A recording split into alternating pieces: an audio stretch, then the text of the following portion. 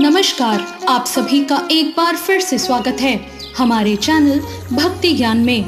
आप सभी को नवरात्र की हार्दिक शुभकामनाएं।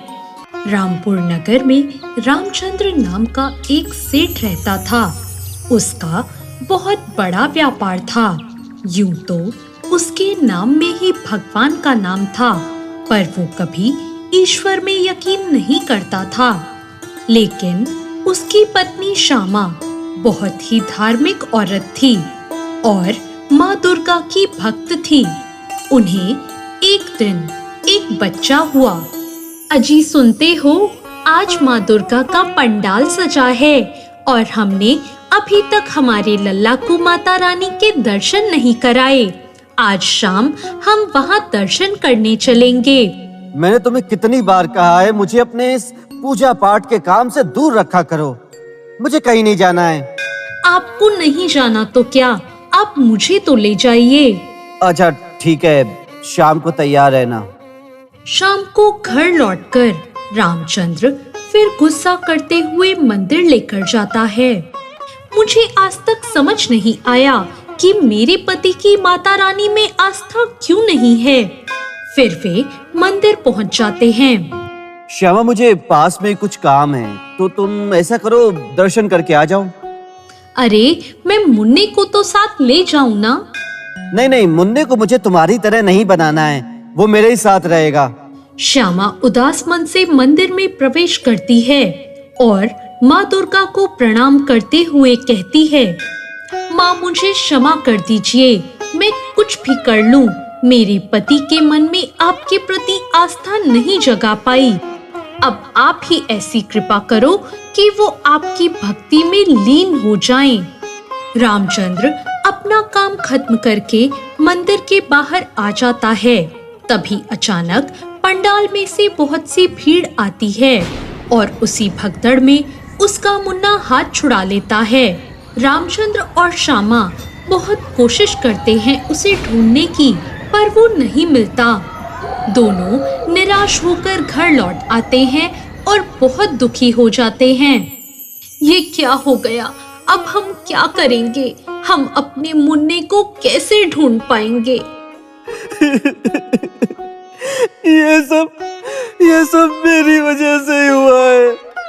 ना वो मेरे साथ रहता और ना ही वो खोता। नहीं, आपकी कोई गलती नहीं। मैंने ही आपको साथ में मंदिर चलने को कहा था। अगले दिन सुबह सुबह दोनों अपने लल्ला को ढूंढने के लिए निकल जाते हैं।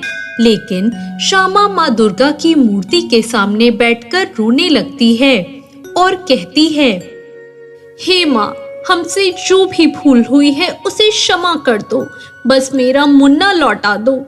श्यामा, यहाँ समय खराब ना करो, हमें चलना चाहिए।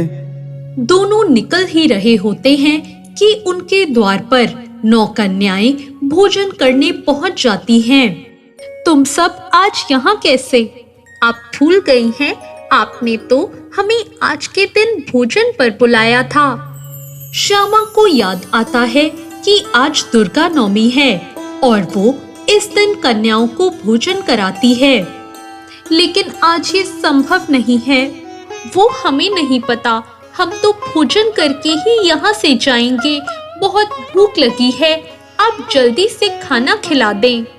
श्यामा और रामचंद्र दोनों ही मना नहीं कर पाते और श्यामा उन कन्याओं को आदर सहित बिठाकर भोजन कराती है। और कुछ समय में, हम तो सिर्फ कन्याएं हैं, एक बालक भी तो चाहिए साथ में भोजन करने के लिए, पर बालक नहीं है अभी। क्यों? आपका तो एक बेटा है ना?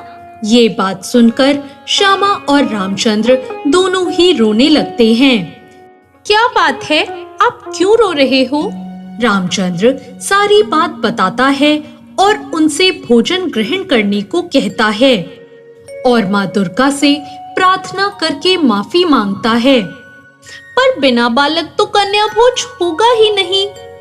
इतने में ही घर का दरवाजा खटखटाने की आवाज आती है।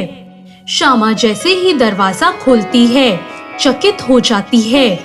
माँ दुर्गा समान एक बहुत ही सुंदर स्त्री बहुत से सुंदर आभूषण पहने खड़ी थी और साथ ही उसका बच्चा भी था।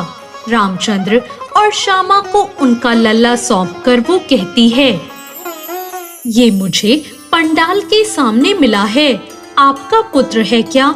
वे दोनों हाँ कहते हैं और सिर झुकाकर उन्हें धन्यवाद देते हैं। और जब वापस मुड़कर देखते हैं तो वो वहाँ नहीं होती। तब वे दोनों समझ जाते हैं कि ये कोई और नहीं, स्वयं माँ दुर्गा ही थी। रामचंद्र माँ दुर्गा से माफी मांगता है और क्षमा याचना करता है और आगे से पूरी खुशी के साथ वो हर वर्ष कन्याओं को भोजन कराने लगता है। तो ये थी आज की कहानी। आपको माँ दुर्गा के चमत्कार की ये कहानी कैसी लगी? कमेंट करके जरूर बताएं और मेरे चैनल भक्ति ज्ञान को सब्सक्राइब करना ना भूलें। धन्यवाद।